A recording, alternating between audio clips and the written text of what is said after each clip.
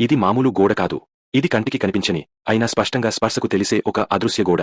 అది ఎక్కడినుంచో ఒక్కసారిగా ప్రత్యక్షమైంది. దానిగుండా ఎవరూ దాటి వెళ్లలేకపోతున్నారు. వేగంగా వెళ్తున్న ఒక ట్రక్కు ఆ గోడను ఢీకొని తక్షణమే ముక్కలు ముక్కలైపోయింది.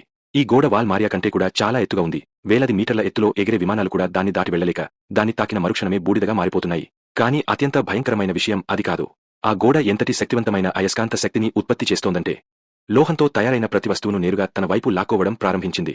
చేతులకు సంకెళ్లు ఉన్న ఒక వ్యక్తి కూడా నిస్సహాయంగా ఆ గోడ వైపు ఈడ్చుకెళ్లబడ్డాడు. పక్కనే ఉన్న ఒక మహిళ త్వరగా ఆ సంకెళ్ల తాళం తీయడానికి ప్రయత్నించింది. కానీ ఆ తాళం చెవి తక్షణమే ఆమె చేతిలోంచి ఎగిరిపోయి ఆ గోడకు అతుక్కుపోయింది. అంతలోనే ఒక కారు హఠాత్తుగా వారి వైపు దూసుకొచ్చింది. అదృష్టవశాత్తు ఆమె సరిగా సమయానికి అతడిని పక్కకు నెట్టి కాపాడగలిగింది.